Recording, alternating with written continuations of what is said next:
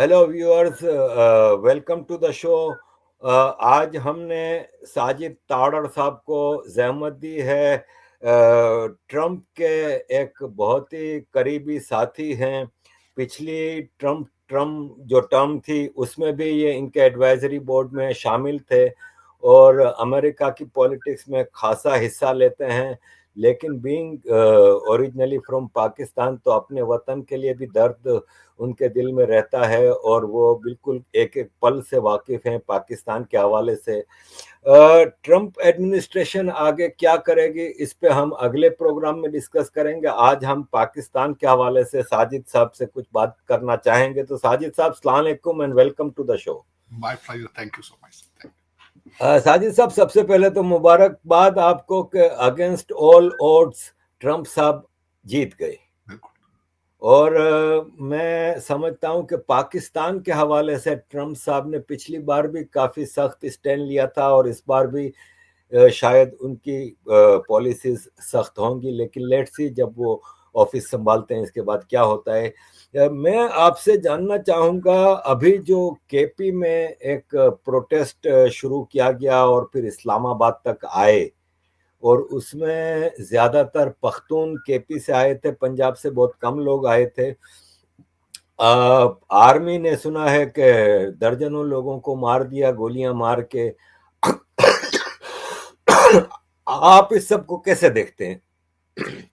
आरिफ साहब, सबसे पहले तो मैं इस पे अफसोस का इजहार करूंगा। आज अगर मेरी नजर में देखा जाए, एक फिक्रे से शुरू करना चाहूंगा। इस पे अली अमीन गंडापुर, जो कि चीफ मिनिस्टर हैं सूबा केपीके के, उन्होंने कहा था कि जी हम जीत चुके हैं क्योंकि हमने पूरे पाकिस्तान को लॉक कर दिया है, हम जीत चुके हैं।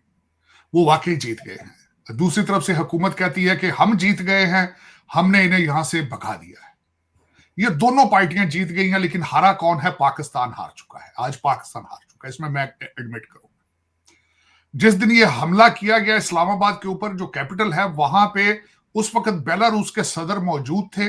और डी चौक, जिसको मैं तो खैर डेथ चौक कहूंगा, कि जिसको ये डेथ चौक बनाना चाहते हैं, वो डी चौक एक रेड जोन है। वहां से तकरीबन 1 मील के फासले पे 75 लोगों का डेलीगेशन था, जिसमें 43 बड़े बिजनेसमैन को बुलाया गया था वहां पे, कि वो पाकिस्तान के अंदर बिजनेस अपॉर्चुनिटीज देखें, यहाँ पे बिजनेस प्रमोट किया जाए। और वहां पे वो गोलियों की आवाजें सुन रहे थे। इन सर्कमस्टांसेस में आपका क्या ख्याल है, वो किस तरह की तस्वीर लेके गए होंगे? पहला क्वेश्चन ये है। दूसरा सवाल ये है कि मैंने वहां पे जब ड्रोन फुटेज देखी आंसू गैस की, तो लगता था जैसे गाजा है, ये पाकिस्तान नहीं है। ये कोई एक इंडिपेंडेंट कंट्री नहीं हो सकता जिसके ऊपर एक सूबा अपने ही कैपिटल के ऊपर जो है वो अटैक कर रहा हो। और अटैक इस तरह करते हैं कि वो क्रेने साथ लेकर आते हैं। इस्लामाबाद के अंदर 700 से ज्यादा कंटेनर इकट्ठे किए गए थे। इस्लामाबाद लगता था जैसे कोई सी पोर्ट है। और ये भी देखना बताना जरूरी है कि उसके अंदर सामान, लोगों का जो बिजनेस ओनर्स होते हैं, अपना सामान मंगाते, कई कंटेनर्स के अंदर सामान भी मौजूद था। फिर तकरीबन 190 अरब रुपया पर डे के हिसाब से लॉस कर रहे थे, जितना अरसा इस्लामाबाद को लॉकडाउन किया गया। उसके बाद दूसरी चीज ये मैं कहना चाहूंगा कि स्कूलों को बंद, यूनिवर्सिटियां बंद। आपके देखने वालों को पता होना चाहिए कि पाकिस्तान के अंदर 365 दिनों में स्कूल सिर्फ 100 दिन खुलते हैं। और फिर उसके बाद यह है कि उन स्कूलों में 33% पासिंग मार्क्स है। तो आप क्वालिटी ऑफ लोगों का अंदाजा लगा लें। किसी भी सियासी पार्टी ने जब कम्युनिकेट करना होता है तो ट्वीट उर्दू में करनी पड़ती है। फिर उससे आगे हम चलते हैं कि उस जलसे में, वो जलसा नहीं था, एक तो हमला था। उस हमले को लीड करने वाली एक खातून थी जो कि बुर्का पहन रखा था। नीचे नारे लग रहे थे, अल जिहाद अल जिहाद। जिहाद इन्हें चाहिए। मैं इनसे, मेरा क्वेश्चन है, 23 करोड़ लोग हैं, आपके पुरखों ने कभी जिहाद किया है? यहां पे पहले भी पठान लोग हमले करते थे, आपने उनके खिलाफ जिहाद नहीं किया। मुगल जो है, मेरे ख्याल में वो पठान थे सारे, उज़्बेक थे, पठान थे, टर्किश मिक्स थे, ईरानियन थे। हम उनके खिलाफ नहीं लड़ पाए। चंद सैकड़ों हजारों के हिसाब से आए महाभारत के ऊपर, उन्होंने बार बार हमले किए, लूटा उन्होंने। और सारे सोर्सेज रिसोर्सेज यहां से बच्चियां उठा उठा के ले जाके काबुल के बाजारों में बेचते थे। हमने जिहाद किया उनके खिलाफ। यहां से बल्कि हिस्टोरिकली प्रूवन है आरफ भाई कि यहां से ना सिर्फ औरतें, यहां से मर्दों को ले जाके उनकी भी मंडियां लगती थी अफगानिस्तान में। हम उनके खिलाफ खड़े हुए नहीं। तो आज किस बात के नारे लगा रहे हैं? ये किसको किसको ये कह रहे हैं? सबसे पहले तो आपको ये पता होना चाहिए, आपने खुद इस पे फरमाया कि पंजाब ने इनके सारे प्रोटेस्ट को या सारे हमले को रिजेक्ट किया। क्यों रिजेक्ट किया? क्योंकि यहां पे उनके पास गवर्नमेंट के रिसोर्सेज मौजूद नहीं है। हाँ, जो केपीके के से वो जो जुलूस निकाला जा रहा है, वो पैसा वाकई ही गवर्नमेंट का है, लेकिन इनडायरेक्टली वो पैसा आईएमएफ का है, क्योंकि कंट्री तो कई दफा बैंकरप्ट हो चुका है। आईएमएफ बेल आउट करता है, बेल आउट उसको किया जाता है जो बैंकरप्ट हो जाए। तो जब आईएमएफ का पैसा यहां से जाता है पाकिस्तान, पाकिस्तान से जाता है पेशावर, पेशावर से उन्हें क्रेने और एम्बुलेंस से और गाड़ियां लेकर अपने ही कंट्री के अंदर उनको कैपिटल पे हमले के लिए उकसाया जाता है। और आपको यह पता होना चाहिए, आज फिर ऐलान हो चुका है इस बात का कि हम इस्लामाबाद पर फिर हमला करेंगे, लेकिन तारीख अभी तक नहीं बताई। लेकिन इनका अगर पिछला ट्रैक रिकॉर्ड देखा जाए तो हर महीने दो बाद ये लोगों को लेकर चढ़ाई करते हैं। इन सर्कमस्टांसेस में दो चीजें डिस्कस करना चाहूंगा आपसे आरफ भाई। एक तो मैंने बताया ट्रेड डेलीगेशन क्या सिग्नल लेके गया। हमारे मिलिट्री आर्मी चीफ साहब ने कराची में 1 महीना पहले तकरीबन बिजनेसमैनों से मीटिंग की और सबसे पहला वादा उन्होंने क्या किया था? उन्होंने कहा था कि हम अमन को रिस्टोर करेंगे। ये अमन रिस्टोर हो रहा है। अब मैं दूसरी बात बताना चाहूंगा कि आपने कहा है कि और वाकई ही इस वक्त एक कैंपेन मुसलसल पीटीआई चला रही है कि वहां पे खून की नदियां बही हैं। कोई कहता है 100 मरे हैं। उनके एक जो मेरे बड़े मोहतरम टीचर भी हैं सरदार अब्दुल लतीफ खोसा साहब, उन्होंने 270-78, कुछ लोग ट्वीट कर रहे हैं हजारों के हिसाब से मारे गए। लेकिन मैं आरफ भाई उस चीज को रिजेक्ट इस तरीके से करूंगा कि जब इनको वहां से निकाला गया तो 1 घंटे के बाद वहां पे मोहसिन नकवी साहब और अता तारड़ साहब ने प्रेस कॉन्फ्रेंस की थी। वहां पे 1 घंटे के अंदर 100 लोगों की डेड बॉडियां नहीं उठाई जा सकती, ना वहां से खून उठाया जा सकता। एक तो गलत बात। फिर उसमें इनके कई लोग जाके डेड बॉडियां ढूंढते रहे, अस्पतालों से नहीं मिली। तीसरी बात इनकी मैं ये करूंगा कि खान साहब की टांग के ऊपर किसी गोली का छर्रा लगा था, उन्होंने 1 साल प्लास्टर नहीं उतारा था। उसके ऊपर उन्होंने सियासत की थी। फिर सुना उसको उतार के उसका ऑक्शन किया गया था।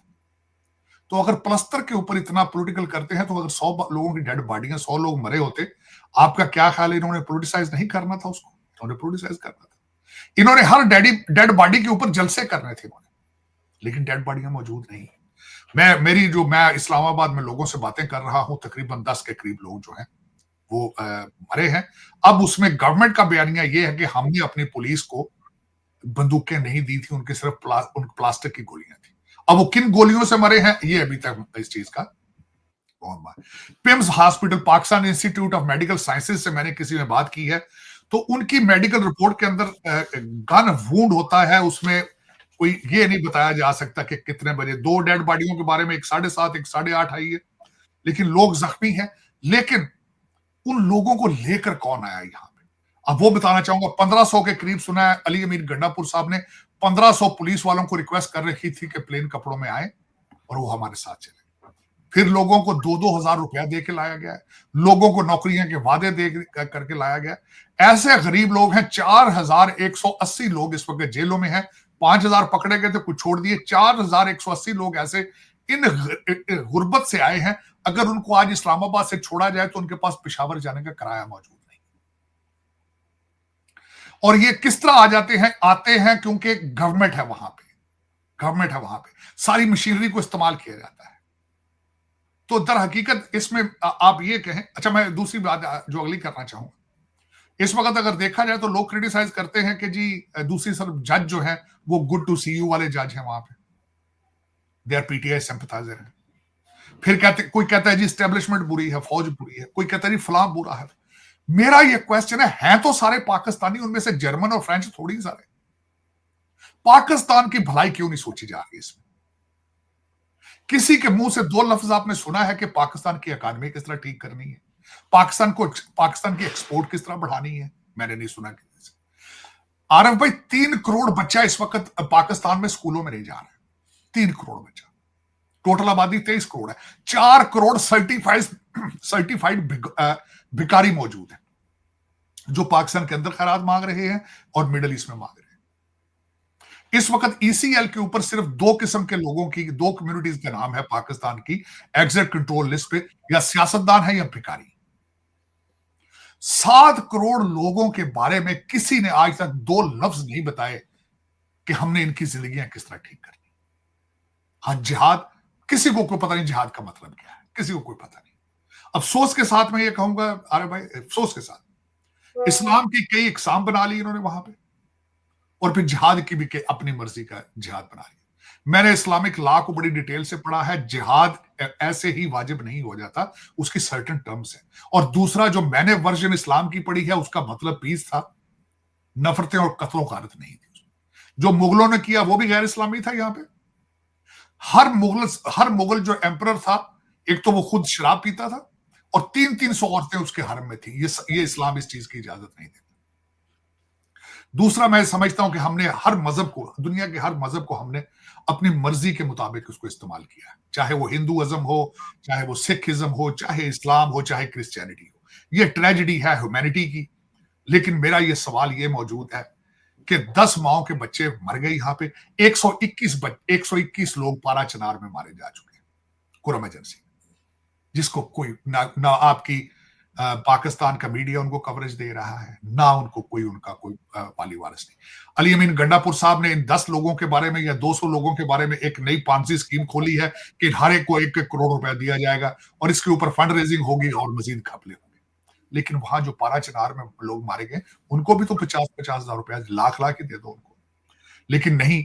साथ दूसरी बात जो करना चाहूंगा, क्रिकेट पे बड़ा शोरो गुल हुआ कि यहाँ इंडिया की टीम नहीं आ रही। यार, किस मुंह से आएंगे वो? मुझे बताओ तो सही। कोई सही शऊर आदमी आता है वहां पे इन सर्कमस्टांसेस में, जहां पे फिर ऐलान हो चुका है केपीके की तरफ से कि हम दोबारा अटैक करेंगे इस्लामाबाद पे। मेरे ख्याल में होना ये चाहिए यार भाई, इंडिया की टीम कहे कि हम आना चाहते हैं पाकिस्तान, और पाकिस्तान के जो मोहसिन नकवी साहब को चाहिए, यार नहीं, अभी ना आओ, हमारे हालात ठीक नहीं। मेरे ख्याल।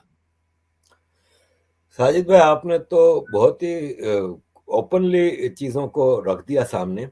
मेरा एक सवाल है इस हवाले से कि देखें, आप एक फ्री सोसाइटी में रहते हैं और फ्रीडम ऑफ प्रोटेस्ट होना चाहिए। जब इमरान खान ने 2013 के इलेक्शन हारने के बाद 126 दिन का धरना डी चौक पे दिया, पार्लियामेंट और सुप्रीम कोर्ट पे शलवारें लटका दी, उस वक्त तो पाकिस्तान आर्मी ने इनको अलाउ किया, तो इस बार क्यों अलाउ नहीं, क्या आने देते? नहीं, देखिए, 2 चीजें मैं बिल्कुल टोटली एग्री करूंगा। उस वक्त ये प्रोग्राम का हिस्सा थे, आज ये प्रोग्राम का हिस्सा नहीं है। एग्रीड। तीसरी एक आरोप भाई, मैं आपके मजे की 3 चीजें बताना चाहूँ। पाकिस्तान में 100 कार्ड, मैं इनको सियासी पार्टियां नहीं कहता, पाकिस्तान में 3 पार्टियां हैं, तीनों की तीनों फैमिली एंटरप्राइज है। तीनों के अंदर कोई जमहूरी इकदार नहीं है, तीनों पार्टियों में, और तीनों की तीनों एस्टेब्लिशमेंट के वतन से पैदा हुई। बिल्कुल बिल्कुल। पीएस पार्टी जो थी, हमारे भुट्टो साहब अयूब खां को डैडी कहते थे जी। नवाज शरीफ जो वो भी ऑलमोस्ट डैडी कहते थे जियाउल हक को, और ये जो है, इन्होंने तो बाजवा साहब को डैडी बनाया। तो ये तीनों के तीनों स्कीम का हिस्सा है, प्रोडक्ट का हिस्सा है। मैं इनको सियासी पार्टियां नहीं तस्लीम करूंगा। पहली पार्टी आप देख लें कि बच्चा पैदा ही भुट्टो लास्ट नेम होना चाहिए, वजीर आजम बनेगा। दूसरी पार्टी आप देख लें, मरियम नवाज है, वो क्यों है? क्योंकि वो नवाज शरीफ की बेटी। अब इस पार्टी के ऊपर बीबी पिंकी पीरनी है या माई हलीमा है, बीबी हलीमा है, उनको कोई किसी पे एतमाद नहीं है। तो ये एक गोरख धंधा है। इसको अफसोस के साथ ये कहूंगा, मेरी मादरे मिल्लत है, मैं इस पे मैं कभी स्टेट के खिलाफ बात नहीं करूंगा, क्योंकि उस स्टेट का क्या कसूर है, सिस्टम का कसूर है। लेकिन मैंने परसों जब अटैक हो रहा था, तो मैं कुछ दोस्तों के साथ बैठा था जो कि भारत से, जिनके एंसेस्टर्स महाजिर होके आए थे।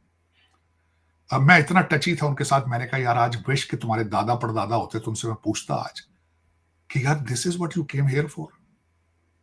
जो तुम इस्लाम ढूंढते फिर रहे थे, जो एक कंट्री देखा जा सुन रहे थे आप, जिसके ख्वाब देख रहे थे, आज ये वो मिल गया आपको, ये मिल गया सर, जस्टिफाई हो सकता है। और इसमें आ रहा भाई, आज एक सिस्टम की बात नहीं है।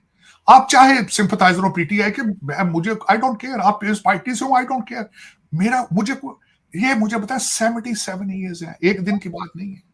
मुझे बताया ना कि 1947 में सब ठीक था, 1950 में सब कुछ ठीक था, 1970s में सब कुछ ठीक था। मुझे एक लीडर का नाम बता दें जिससे आप कहें कि जी वो इसकी किस्मत तब्दील करने की सलाहियत रखता था या कर रहा था, इन्होंने करने नहीं दिया। मैं नहीं एग्री करूंगा उससे। बल्कि मैं सबसे बड़ी बात यह कि आपके देखने वालों को एक बड़ी आज कल मुझे पता चला इस बात का, बहुत पॉपुलर हो रही है चीज, इनको चाहिए, मैं एडवाइस भी करूंगा कि एक बुक थी फ्रीडम एट मिडनाइट। जी। बुक लिखी गई थी 1975 में, और लिखने वाले दोनों थे जो जिन्होंने लॉर्ड माउंटबेटन का इन पर्सन इंटरव्यू किया था। उस पे सोनी ने एक सीरीज बनाई है और बहुत जबरदस्त चीज है, वो देखनी चाहिए आपको। हमें बचपन से लेकर आज तक आरब भाई बताया गया टू नेशन थ्योरी। उसमें बताया है कि 3 नेशन थ्योरी थी। बांग्लादेश को वो खुद एक कंट्री बनाना चाह रहे थे, फिर यूनाइटेड इंडिया को रखने के कई दफा एग्री कर चुके थे, लेकिन फिर किस तरह ये पावर रेस में आगे पीछे होते थे, पावर रेस। फिर कंक्लूड उसमें मैं हमेशा मुसलसल हिस्ट्री को डिफरेंट एंगल से पढ़ने की कोशिश करता हूं। क्या भारत को तोड़ के जो ऑब्जेक्टिव थे वो आपने हासिल कर लिए? चाहे बंगाल हो, चाहे टुकड़े सिर्फ बंगाल और पंजाब के हुए थे, क्या ऑब्जेक्टिव हासिल किए? नहीं हासिल। बल्कि आज जो मैं बल्कि अगली दफा ये डिस्कस करना चाहूंगा, लेकिन थोड़ा सा टच देना चाहूंगा। आज मेरे लिए तो खैर मेरे लिए तो एक फख्र की बात है, काश पटेल जिनको कहा जाता है, उनको आज एफबीआई के लिए नॉमिनेट किया है। मैं उनको अपना एसेट ही समझता हूं, अपने जैसे ही समझता हूं, क्योंकि वो भारत से है।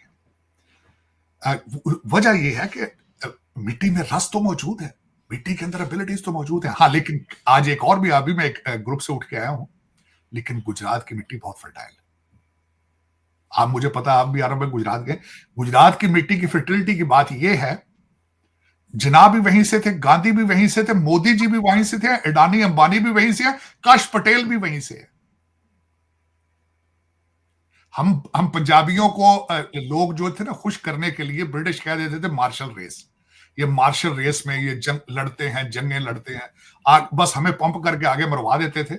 लेकिन ये मैं I was very much inspired. मैं अभी जिससे बात करके आ रहा था, मैंने कहा यार बात सुनो, मैं बहुत बड़ा फैन हूं गांधी साहब का, और आज भी, बल्कि मैं जिसमें मैं फ्रीडम एट मिडनाइट की बात कर रहा था, कुछ दोस्त बैठे थे पाकिस्तानी, जिसमें भारतीय भी मौजूद थे, डिफरेंट एंगल से लोग गांधी साहब को हम डिस्कस कर रहे थे। आज भी मैं अभी अपनी उस जगह पे कायम हूं। आई am a big fan of Gandhi साहब। और दूसरा ये कि मैं मोदी साहब को भी पैटर्नाइज इसलिए करता हूं कि he is good for India, और उन्होंने जो भारत को दिया है, नेशनलिज्म का तोहफा जो उन्होंने दिया है, मैं कहता हूं दैट इज प्राइसलेस। मैं उससे एग्री करूंगा। वो अब देखें, ये मैं जब भी ये बात करता हूं, मुझे अक्सर यहाँ पे लोग कह देते हैं शायद यार इराक एजेंट है, शायद ये मोदी भगत है, ये फलाना। मैं कह यार बात सुनो, एक बंदा अपनी कंट्री के लिए अच्छा हो तो मुझे प्रेस करना चाहिए उसको। एक कंट्री को 5th बिगेस्ट इकोनॉमी पर लेकर आ गया है, वो 3rd इकोनॉमी की तरफ लेके जा रहा है। मैं अक्सर ये कहता हूं कि you need a person like Modi in Pakistan. उसका मेरा सिग्नल ये होता है कि नेशनलिज्म लेकर आओ यार। जब तक नेशन के अंदर प्राइड नहीं होगी, जब तक नफरतों के दरवाजे बंद नहीं करोगे, तरक्की नहीं कर पाओगे।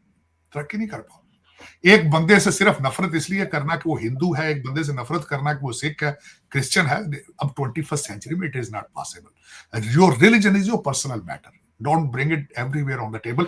यही सबसे बड़ी ज्यादती है। और दूसरा खैर, लेकिन आरफ भाई, मेरे वालिद साहब 1950s के लॉ ग्रेजुएट थे, मुझे हमेशा कहते थे कि जहां पे तालीम की कमी होगी वहां पे रिलीजन का जादू सर चढ़ के बोलेगा, और यही हो रहा है, क्योंकि 3 करोड़ बच्चा स्कूल नहीं जा रहा। तो फिर वो क्या होगा? वो मौलवियों के हाथ में चढ़ेगा और उनको जिहाद का दे के उनसे कारोबार किया जाएगा। यही ट्रेजेडी है पाकिस्तान। साजिद साहब, आपने अभी बताया कि जितनी मेन स्ट्रीम पॉलिटिकल पार्टीज हैं, ये आर्मी के वतन से जन्म लिया है इन्होंने, तो कसूरवार तो फिर आर्मी हुई ना। आपने कहा एक भी लीडर पैदा नहीं हुआ, तो इसलिए कि कभी आर्मी ने 58 से जो कंट्रोल हासिल किया है, कभी पैदा ही नहीं होने दिया। नहीं आरब भाई, उसमें एक और चीज, एक मेरी इस बात का जवाब, आर्मी भी तो पाकिस्तानी है, आर्मी जर्मन तो नहीं ना। लेकिन ये बॉटम लाइन पे, अच्छा उसमें एक और चीज बता, बॉटम लाइन अगर सोची जाए आरब भाई, देखें जमहूरियत के हम we are fan of, I am a big student of political science. जमहूरियत उस सोसाइटी में काम नहीं कर सकती जहां तालीम ना हो, जहां लोगों को पता ही ना हो लेजिस्लेशन क्या है, लोगों को पता ही नहीं कि व्हाट आर माय राइट्स। वहां पे कौन से सिस्टम, मैंने पहली दफा लॉ स्कूल गया या पहली दफा पॉलिटिकल साइंस को पढ़ा, तो सिस्टम ऑफ गवर्नमेंट्स पढ़ाए गए वहां पे, सिस्टम्स ऑफ गवर्नमेंट जिसमें मॉनार्की भी है, डिक्टेटरशिप भी है, जिसमें जिसमें बर्मा का मॉडल देखें, आर्मी उनकी लेजिस्लेशन का हिस्सा है, 2 पार्टी सिस्टम है, मल्टी पार्टी सिस्टम है, ये सारे सिस्टम्स मौजूद हैं। लेकिन सिस्टम तभी काम करते हैं कि लोगों को शऊर हो, लोगों को शऊर हो। अब उस शऊर में, अच्छा दूसरा मिडिल ईस्ट के अंदर देखें, डेमोक्रेसी नहीं कर सकती काम, क्योंकि कबाइल हैं और उनका मजाज ही नहीं मिलता उसके साथ, उनके ट्रेडिशन कल्चर ही नहीं उनके साथ चल रहे हैं। फिर इस तरह, इसीलिए ये मैं कहता हूं, अब यहां पे अगर देखा जाए, पाकिस्तान की आर्मी कौन है? हमारे अपने रिश्तेदार यार दोस्त है ना। देखें ना, यहां तो क्या बाहर से आए हैं, लेकिन बॉटम लाइन ये है, अगर मैं इस वक्त अगर आपको पता, पाकिस्तान में आज भी कुछ सिंसियर डिक्टेटर आ जाए तो शायद ये तरक्की कर जाए, लेकिन वो भी नहीं आ रहा, वो भी नहीं हुआ, अनफॉर्चुनेटली वो भी नहीं हुआ। भाई हम इतने बदकिस्मत हैं कि हमारे ऊपर आर्मी डिक्टेटर भी आए हैं तो तरक्की की तरफ नहीं जा पाए। लेकिन सर आप ये तो देखें ना कि आर्मी पाकिस्तानी है, लेकिन आर्मी की पॉलिसीज प्रो पाकिस्तान नहीं रही। जितने जनरल है सब बाहर रहते हैं, अमेरिका कनाडा में कॉलोनियां बनी हुई हैं, सारे करप्ट हैं। ये तो दुनिया की कोई आर्मी नहीं करती। तो फिर हम 100%, लेकिन उसमें एक और बात बताना चाहूँ, उसमें ये ना कहें कि सिर्फ आर्मी वाले ही हैं। मैं जुडिशरी से, मेरे वाले साहब वकील थे, मेरे भाई वकील थे, मैं खुद वकील हूं। आप सोच नहीं सकते कि इस वक्त पाकिस्तान में कोई भी जो रूलिंग क्लास है वो उनके बच्चे पाकिस्तान में नहीं है इस वक्त, बल्कि सबसे बड़ी उनकी जो अट्रैक्शन है वो टोरंटो है इस वक्त डेस्टिनेशन। और उसकी मेरा टोरंटो से ज्यादा दूर नहीं हूं, बल्कि मेरे रिलेटिव है वहां पे, जाता हूँ, सर्टेन क्लब्स हैं वहां पे, और $5-5 मिलियन के कैश दे के वो घर लेते हैं। और दुबई है दूसरी डेस्टिनेशन। मेरा हाउस है अबू धाबी में, मैं वहां भी जाता हूँ। और आप सोच, खैर मैं इतना ज्यादा सोशलाइज नहीं करता उनसे, क्योंकि पता नहीं क्या बात है, मुझे this is my personal opinion on it. But लेकिन इसमें ये है कि इसमें सिर्फ आर्मी जनरल ही नहीं है, ये पूरा फैशन है इस वक्त।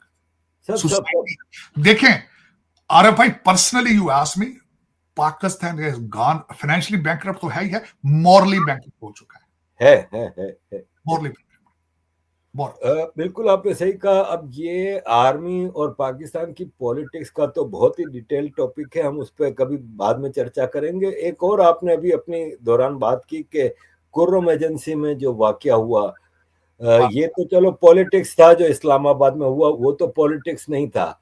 क्या आप इसको शिया सुन्नी उसमें देखते हैं?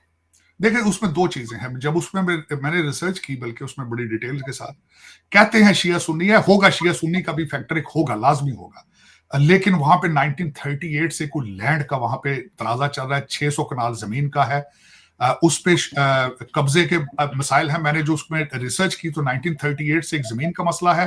फिर उसके बाद ये कि जब 1979 में रशिया अफगानिस्तान आया, तो because Parachinar is more close to Kabul versus to not Kabul to Afghanistan versus Pakistan, तो जो लोग महाजरीन वहां से अफगानिस्तान से आए तो वो भी आके सेटल इस एरिया में हुए, वो भी सुन्नी थे। और उन्होंने जिस जमीन पे आके काश्तकारी या कब्जा किया वो ज्यादा सुना है शिया लोगों की है। इस वक्त वहां पे 52% सुन्नी है और 48% शिया है। लेकिन बात यह है कि 121 माओ के बच्चे मर गए हैं उसका, चाहे वो हिंदू होते, सिख होते। वो ये मैं क्या बताऊं, मेरे लिए ये कितना मुश्किल होता है सुनना, ये कि किसी को उसके फेथ बेस पे या किसी चीज की वजह से उसको मर्डर कर दिया गया है। पर्सनल देखा जाए, अगर पूछे मुझे, जानवर भी इस तरह नहीं करते जिस तरीके से किया जाता, ज्यादती। फिर वहां पे इन्होंने, किसी ने हमला किया, एक सेक्ट ने 4 उनकी खवातीन उठा के ले गए, उनका अभी तक पता नहीं चल रहा है। अली अमीन गंडापुर साहब वहां पे गए, जो उन्होंने वहां पे एफसी की इमदाद मांग ली वहां से। हालात वहां पे आज से हफ्ता पहले अली अमीन गंडापुर साहब के अपने हेलीकॉप्टर के ऊपर नीचे से फायरिंग की गई थी। और केपीके के अंदर आपको पता है, इमरान खान पीरियड के अंदर टीटीपी को दोबारा एडजस्ट करने की कोशिश की जा रही थी। इस वक्त केपीके के अंदर वो मोटरसाइकिलों पे, गाड़ियों पे अपने झंडे लगा के घूम रहे हैं। तालिबान टीटीपी के अपने ऑफिसेज मौजूद हैं केपीके के अंदर। और इन सर्कमस्टांसिस में हमारे जैसा बंदा बाहर बैठ के दुख अफसोस ही कर सकता है, और क्या कर सकता है। पता नहीं क्या बात है कि 77 साल हो गए आरब भाई, किसी ने आज तक पाकिस्तान से पता नहीं वफा नहीं कर रहे, क्या वजह है। मैं बल्कि यहां तक कहता हूं कि पाकिस्तान के अंदर पाकिस्तानी मौजूद ही नहीं। जो बच्चा पैदा होता है, पैदा होते ही लंदन और दुबई के ख्वाब देखता है।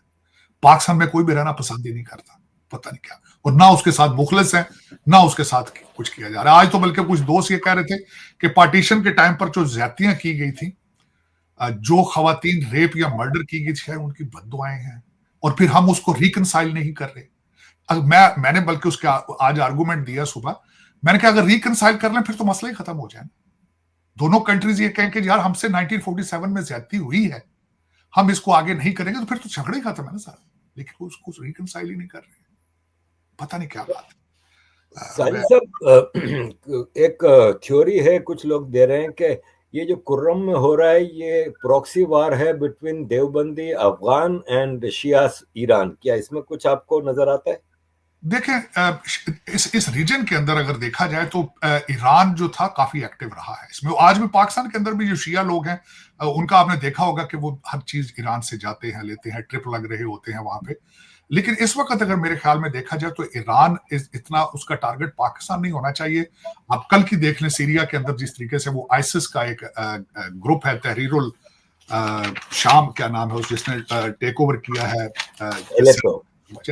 तो मेरे ख्याल में इस वक्त Iran is on the back foot. जो उनके साथ इस वक्त हिजबुल्ला और हमास की चीजें, उनके मेन जो प्रॉक्सी थे वो तो 3 थे उनके, सबसे ज्यादा हिजबुल्ला, हमास और होती। और वो जो इजराइल में मेरे ख्याल में बहुत ज्यादा बिजी होंगे। लेकिन अल्टीमेटली जब चीजें छोड़ दी जाती, जिस तरह हिलरी क्लिंटन कहती थी, जब बैकयार्ड में सांप पालोगे तो ये ना सोचो कि वो तुम्हें काटेंगे नहीं, वो काटेंगे भी। तो ये ज्यादातर चीजें तो यार भाई हमारे पाकिस्तान में हो रही हैं।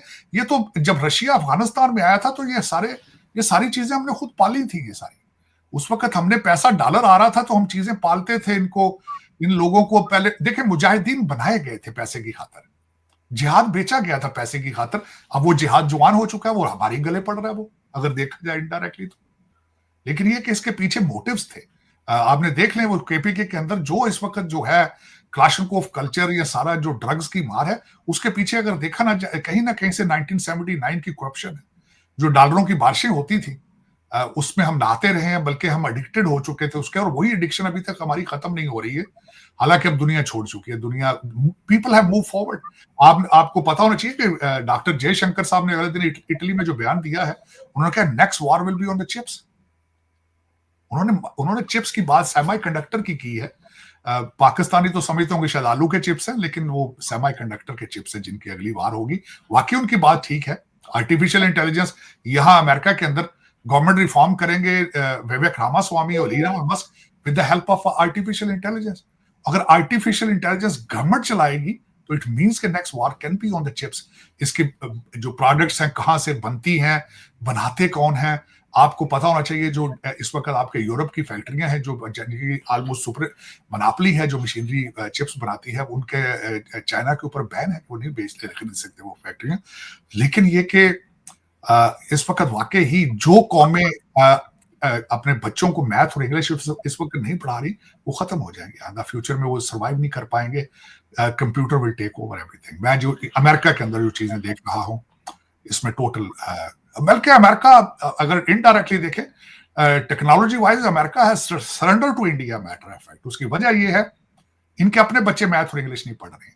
डोनाल्ड ट्रंप साहब ने 2016 में कहा था कि हमारे बच्चे मैथ इंटरनेशनल लेवल पर मैथ कंपीट नहीं कर पा रहे, और फिर उसके बाद उन्होंने ये भी कहा था कि हमारी तरक्की का सीक्रेट हमारी इनोवेशन थी 18वीं सदी की, जब इन्होंने जहाज बनाए, जब इन्होंने सारी चीजें, वॉल स्ट्रीट बनाई, डिज्नी वर्ल्ड बनाया, हॉलीवुड बनाया। अब वो चीजें नहीं बन रही। अब तो इलॉन मस्क हमें लीड कर रहा है, और वो भी साउथ अफ्रीकन है, इज नॉट एन अमेरिकन। तो इस वक्त हमारे बच्चे अमेरिकन स्कूलों के अंदर जाएं आप, आईवी लीग स्कूलों में, तो वहां पे आपको यहाँ चाइनीज या इंडियन मिलेंगे, दूसरे बच्चे को नहीं। तो चाइनीज को तो सेंसिटिव कॉन्ट्रैक्ट नहीं दिए जा सकते। इस वक्त हर दूसरा बड़ा sensitive contract is with the Indian companies इस वक्त। मुझे पता है आपके पास वक्त की काफी कमी है, सिर्फ 2 सवाल रह गए हैं। केपी पे मैं बाद में आऊंगा। आखिरी सवाल, इससे पहले बात निकली है तो ये जो अलेप्पो में हो रहा है, जो सीरिया में, तो आईएसआईएस और अल कायदा के लोग उसको हमला कर रहे हैं, तो ये अमेरिकन डीप स्टेट की क्या पॉलिसी है कि कल तक तो अल कायदा और आईएसआईएस को मार रहे थे और आज उनको सपोर्ट कर रहे हैं? देखें, इसमें सपोर्ट कर रहे हैं ईरान की वजह से, और दूसरा पॉलिसी शिफ्ट आएगी डोनाल्ड ट्रंप साहब के साथ। इस वक्त अगर देखा जाए आरब भाई, दुनिया के अंदर जो कुछ भी हो रहा है is due to the American weak foreign policy. Biden administration क्या थी? It was extension of Barack Obama policies, they have become so predictable. इस वक्त आजकल बाइडेन एडमिनिस्ट्रेशन की पॉलिसीज को ओबामा पॉलिसीज को पुतिन और प्रेसिडेंट शी ने बड़े अरसे से कैलकुलेट कर रखा है कि they are not fighters, they will not fight, they will not retaliate, और उनका अपना इंटरनल एजेंडा है socialism, democratic socialism. They are the dream of the liberals and progressives. तो वो उस चीज का सारे बंदे इंक्लूडिंग बीबी नेतन्याहू फायदा उठा रहे हैं उन सारी चीजों का। लेकिन पॉलिसी शिफ्ट आएगी, डोनाल्ड ट्रंप साहब पॉलिसी शिफ्ट लेकर आएंगे। इस वक्त भी मारा लागो में आपको पता होना चाहिए, कल प्राइम मिनिस्टर ट्रूडो आए हैं, सिर्फ एक थ्रेट पे उन्होंने कहा था कि वो विल रेज यू टैरिफ। वो आके अपनी उनसे सफाइयां दे गए हैं। मैक्सिको की प्रेसिडेंट सफाइयां दे चुकी है। चाइना कांप रहा है। उसकी वजह यह है कि डोनाल्ड ट्रंप इस वक्त ही इज ऑन स्टेरॉइड्स, आप कह सकते हैं। उसकी वजह यह है ही जस्ट हैव 4 years, उनके पास 8 साल नहीं है। उन्होंने अपना एजेंडा डिलीवर करना है 4 साल के अंदर, और इतना भारी मैंडेट दिया गया है। 7 स्विंग स्टेट्स, जिसको इनडायरेक्टली ये भी कहा जाता है बैटल ग्राउंड स्टेट्स, 7 स्टेटों ने भी स्वीप दिया है उनको heavy mandate against illegal immigration, against inflation, against the woke culture जो हमारे ऊपर इन्फोर्स किया जा रहा था, थोपा जा रहा था, और ऐसी चीजों के, और मेकिंग अमेरिका, अमेरिकन इकोनॉमी।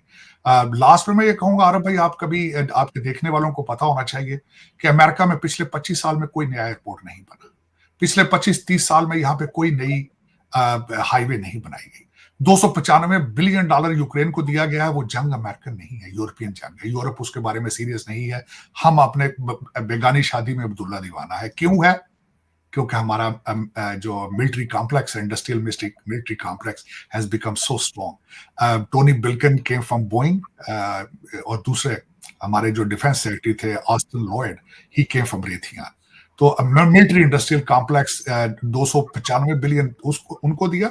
जाने से पहले दूसरा वादा है अभी जो बाइडेन साहब का, कि he is pushing to give $66 billion again to Ukraine. तो इस वक्त America is going through their own crisis, और if Donald Trump is not able to stop this bleeding, this will be the last 4 years of Republican party. उसके बाद Republican party का मेरे ख्याल में नामो निशान ही नहीं मिलेगा। सर, इस डोनाल्ड ट्रंप की जो गवर्नमेंट होगी, जो इन्होंने टीम सिलेक्ट की है और जो इनकी पॉलिसीज होगी, इस पे हम आपसे रिक्वेस्ट है कि नेक्स्ट एक प्रोग्राम करेंगे। आखिरी सवाल मेरा है कि कल केपी असेंबली में स्पीच करते हुए अली अमीन गंडापुर ने पंजाब आर्मी को ललकारा है, और एक साहब ने तो कहा है कि मजा तो तब है जब बंदूक का मुकाबला बंदूक से हो, और ये और वो, और आर्मी को खूब गालियां दी हैं। ये भी केपी के अली अमीन गंडापुर ने कहा है कि हम अगली बार बंदूकें लेके आएंगे और मुकाबला करेंगे। आज पख्तून कौमी जरगा ने कहा है कि हम बदला लेंगे, पंजाब के टेररिस्टों ने हमारे पख्तून भाइयों को मारा है। पिछले महीने 2 महीने पहले भी पख्तून कौमी जरगा का एक बड़ा खतरनाक किस्म का, तो आप क्या देख रहे हैं कि Pakhtun insurgency against Pakistan? Definitely. और सबसे ज्यादा, एक तो आपने आरब भाई खुद बहुत खतरनाक अल्फाज जो उन्होंने इस्तेमाल किए आज, बहुत खतरनाक अल्फाज, लेकिन ये पहली दफा नहीं हुआ। बीबी जो थी हमारी पिंकी पीरनी, उन्होंने भी जलसों से बार बार ये कहती रही कि आप पठान लोग हो, आप गयूर कौम हो, आप पीछे नहीं हटते हो।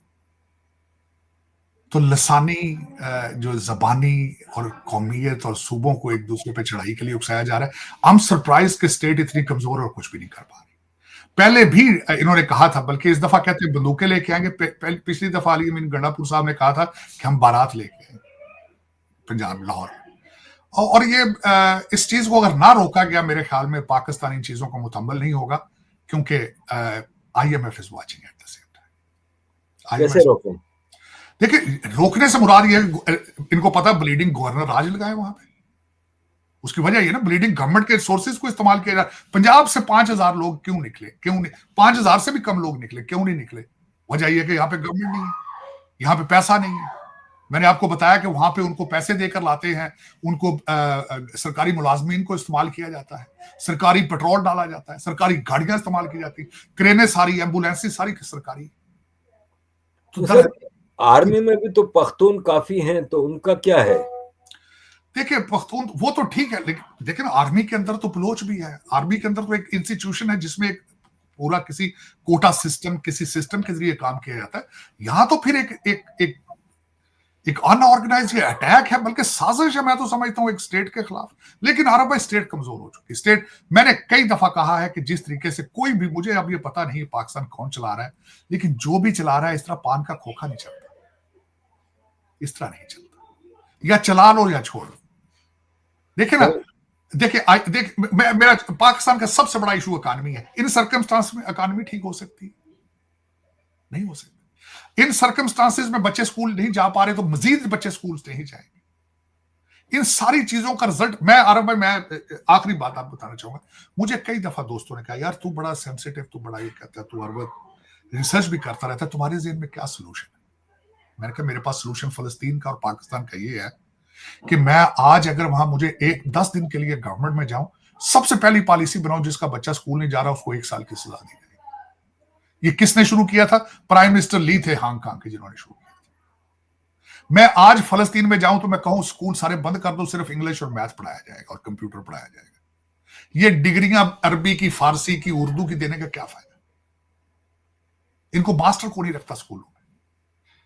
देखिए अरब भाई, चॉइस हमारे पास, हमें इस वक्त आपकी पाकिस्तान एस्टेब्लिशमेंट, अभी आप रिसर्च कर लें, आपकी एस्टेब्लिशमेंट डिवीजन का हर सेक्रेटरी ऑक्सफोर्ड ग्रेजुएट है, कैम्ब्रिज ग्रेजुएट है या हार्वर्ड ग्रेजुएट है, लेकिन कंट्री बैंकरप्ट है। क्या वजह है? मैं बता देता हूं। वजह यह है कि सबके बच्चे यहां हैं। आपकी एजुकेशन पॉलिसी वाले के, बनाने वाले के बच्चे जब लंदन पढ़ेंगे, उसको क्या जरूरत है गरीब के बच्चे के लिए एक ऐसी पॉलिसी बनाई जाए जिससे वो तरक्की कर जाए? मुर्शद पाक ने आके कहा था सारा कुछ चेंज करके उर्दू में कर दो। मैं अक्सर ये क्वेश्चन करता हूं, उर्दू में हार्ट की बाईपास सर्जरी करके देख लो, उर्दू से चांद पे पहुंच सकते हो।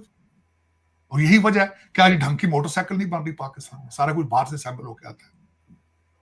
जो मैटर, जो अच्छे पढ़ लेता है फौरन दुबई चला जाता है, जो अच्छे पढ़ जाते हैं वो अमेरिका और यूके चले जाते हैं। पीछे बचा क्या है? और मैं, आप उसकी बात करते हैं अरबी, मैं कई दफा बोल चुका हूं कि 5 मुल्कों की फ्लाइटें आप उनकी सिक्योरिटी कर लो, 90% मसाइल हल हो जाएंगे। लंदन, दुबई, यूके, टोरंटो, इनकी फ्लाइटों के ऊपर सख्ती कर लो और अभी पाबंदी लगा दो कि हमारे जो अफसरान होंगे उनकी डुअल सिटीजनशिप नहीं होगी, बच्चे बाहर नहीं जा सकेंगे। 90% मसला ये ठीक हो गया। करेगा कौन? करेगा कौन? सही बात है। इसलिए तो मैं ये बात करता हूं कि पाकिस्तान के अंदर कोई पाकिस्तानी ही नहीं, तो ये करना तो किसी पाकिस्तानी है ना, जिसको पाकिस्तान से मोहब्बत होगी, जो पाकिस्तान के लिए जीने मरने के वादे करेगा, होगा तो वही ना। आप आज भी, आप कहते हैं, अभी मैं अगर सोचा जाए, technocrat setup is the only solution, लेकिन टेक्नोक्रेट जो आए क्वालिफाइड हो, सिफारिशी ना हो, और पहली शर्त यह हो कि डुअल सिटीजन ना हो और उनके बच्चे पाकिस्तान में बैठे हो। मुशर्रफ साहब ने टेक्नोक्रेट सेटअप बनाया था ना, तो अमेरिका से लाए थे वो आरब भाई, हर कैबिनेट ऑलमोस्ट, खान साहब की पिछली कैबिनेट तो 60% ब्रिटिश और अमेरिकन थी। हाँ बिल्कुल बिल्कुल। और मैं कई लोगों को जानता हूं अरब भाई, उनके पास डिग्रियां नहीं थी, उनके पास किसी के भी रेलिवेंट, उनके पास डिग्रियां नहीं थी, सिर्फ उनकी क्वालिफिकेशन क्या थी, खान साहब के लिए फंड रेजिंग करते थे। हाँ हाँ हाँ, बस ये हमारे, मैं तो अरब भाई एक जख्मी पाकिस्तानी हूं। मुझसे अगर पूछा जाए तो मेरे तो ये जख्म है कि इस तरह मेरे मुल्क के साथ हो रहा है। और तीसरी बात यह है कि साथ लाहौर से 100 किलोमीटर के फासले पे दूध की नहरें चल रही दिल्ली। अलमिया तो ये है, मैं अल-ऐलान कई दफा कहता हूं, दोस्त तो मुझे रोकते हैं, जिन लोगों से हमारा डीएनए मिलता है, जबान मिलती है, खाने मिलते हैं, सोचें मिलती हैं, उन्होंने कर दिखाया लाहौर से 100 किलोमीटर के फासले पे, कर दिखाया उन्होंने। जिस तरह मैंने अभी आपको गुजरात की बात की, वो करके दिखा रहे हैं। यहां पे काश पटेल क्यों नहीं पैदा हो रहा है? आज मुझे बता दें, एक भी पाकिस्तानी यहां पे कांग्रेसमैन क्यों नहीं? मुझसे अगले दिन किसी ने पूछा, how the Pakistani diaspora is doing in US. मैंने कहा, don't ask me the question, just check the factory देख लो। कड़वा सच। हाँ, जहां से फैक्ट्री, जो फैक्ट्री से हम बन के आए उसकी हालत देख लो यार। सही कह रहे हैं आप। यहां पे विवेक रामा स्वामी क्यों नहीं पैदा हो रहा है यहाँ पे पाकिस्तानी अमेरिकन में? 5-6 कांग्रेसमैन। यहां पे अजय बंगा हम में से क्यों नहीं पैदा हो रहा है? ग्रेट क्वेश्चन है। गूगल का सीईओ पाकिस्तानी अमेरिकन क्यों नहीं बन पा रहा है? ये मेरा क्वेश्चन है, मैं इस पे क्रिटिसाइज नहीं कर रहा हूं। सर इसमें अगर देखा जाए तो इंडिया के अगर 50 सीईओ है दुनिया की बड़ी कॉरपोरेट के, उसमें एक भी मुसलमान क्यों नहीं है? इंडियन मुसलमान क्यों नहीं है? इंडिया में भी तो 20% मुसलमान है।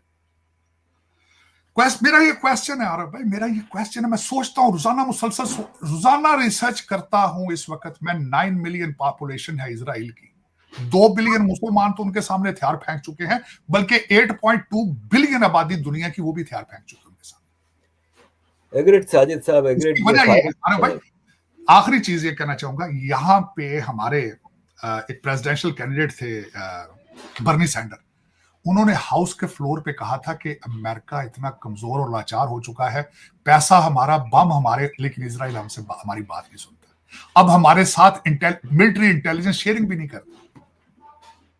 आबादी उनकी क्या है? 9 मिलियन। वो कभी आपके पेजर फाड़ लेते हैं, कभी आपकी वाकी टाकियां फाड़ लेते हैं। तरक्की किस पे है? सबसे ज्यादा technical IT startups they are in Israel. बल्कि मैं चाहता हूं, बल्कि मैं खुद एक तो अपनी जिंदगी में कोशिश करूंगा कि जाके इजराइल पे मजीद रिसर्च करूं, उनसे इंस्पायर्ड हूं, देखूं कि ये क्या है। मैं कई से क्वेश्चन करता हूं, are you genetically superior than us? एक ने मुझे जवाब दिया था, हमें जितने मुल्कों से जलील करके निकाला गया, किसी कौम को भी निकाला जाए तो वो सुप्रीम हो जाती है। This was the answer from one of the Jewish doctor. लेकिन उसमें बात यह है कि दुनिया, मुझसे अगर पूछा जाए, इस वक्त आपके 2 बिलियन मुसलमानों को तो लाजम होना चाहिए कि उनके इंस्टीट्यूशंस के अंदर इजराइल के ऊपर पीएचडी हो, बीबी नेतन्याहू के ऊपर रिसर्च की जाए, पीएचडी की जाए। 7 अक्टूबर को जब हमास ने हमला किया था, he was the weakest prime minister of Israel. Today he is the strongest prime minister of India, Israel. बिल्कुल बिल्कुल। लेकिन इस पर रिसर्च कोई नहीं कर रहा है। हमारा क्या, मी माई सेल्फ एंड माइंड, सिर्फ मुझे शौक है मैं अमीर तरीन और खूबसूरत तरीन हो जाऊं दुनिया में। मेरा पर्सनली आरब भाई, मैंने दुनिया के अंदर कोई पार्टिसिपेशन नहीं की, कोई कंट्रीब्यूशन नहीं की। मुझे आप मैं छोटी सी आखिरी, आरब भाई, आपने कितने फायर डिपार्टमेंटों के अंदर देखा है पाकिस्तानी या इंडियन जाके वॉलंटियर कर रहे हो बगैर पैसों के? सही सही। यहां मैं जिस गली में रहता हूं, यहां पे मैं अक्सर देखता हूं वीकेंड पे गोरे जो हैं अपनी गली की सफाइयां खुद कर रहे होते हैं, ट्रैश उठा के। हाँ। मैं किसी को स्माइल नहीं देता लालच के बगैर, किसी के साथ शेक हैंड नहीं करता लालच के बगैर। Then what kind of human I am? What is my participation to this world? सही बात है। लेकिन चले यार भाई, ये मेरे अलमियात है, मेरी रिसर्च है, मैं देखता रहता हूं और कोशिश करता हूं प्यार मोहब्बत का सबक दूं। प्यार के अलावा, लव के अलावा अरब दुनिया में कुछ भी नहीं है। रोमी ने कहा था, this is a bridge in between you and other world. मेरे ख्याल में दैट्स अ ब्यूटीफुल वर्ड। जब तक हम एक दूसरे से प्यार करना नहीं सीखेंगे, जानवरों से, पत्तों से, पौधों से नहीं करना सीखेंगे, we are not good human to begin with. Agreed sir, agreed. Sir thank you very much, आपने जो टाइम निकाला इतने आपके मसरूफ शेड्यूल में से। होपफुली नेक्स्ट वीक एक और सेशन करेंगे। आरब भाई, मैं high regards for you always. We have so many similarities. Lot of respect for you, lot of respect for you. Thank you sir. तो अजीज दोस्तों, साजिद भाई ने ओपनली खुल के हर चीज आपके सामने रखी है। अब ट्रंप एडमिनिस्ट्रेशन के हवाले से अगला एक प्रोग्राम करेंगे। Thank you very much for everyone. Thank you.